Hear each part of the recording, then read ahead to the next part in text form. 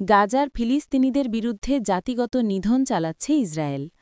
জাতিসংঘের একটি স্বাধীন তদন্ত শেষে প্রথমবারের মতো বিশ্ব সংস্থার পক্ষ থেকে এ সিদ্ধান্ত জানানো হয়েছে। ইসরায়েলের শীর্ষ নেতারা এই জাতিগত নিধন উস্কে দিয়েছেন বলেও তদন্ত প্রতিবেদনে উল্লেখ করা হয়েছে। ৭২ পাতার এই তদন্ত প্রতিবেদন মঙ্গলবার প্রকাশ করা হয়েছে। এই তদন্ত প্রতিবেদনকে এখন পর্যন্ত জাতিসংঘের সবচেয়ে প্রামাণ্য ফলাফল বলে বর্ণনা করা হয়েছে। কমিশনের পক্ষ থেকে বলা হয়, ২০২৩ সালের ৭ অক্টোবর থেকে ইসরায়েল গাজা উপত্যকায় ৪টি জাতিগত নিধন কর্মকাণ্ড পরিচালনা করেছে বলে তাদের তদন্তে উঠে এসেছে।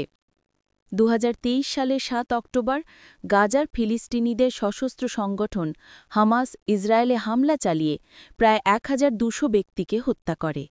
আরও ২৫০ জনের বেশি মানুষকে বন্দী করে ইসরায়েল থেকে গাজায় নিয়ে যাওয়া হয়।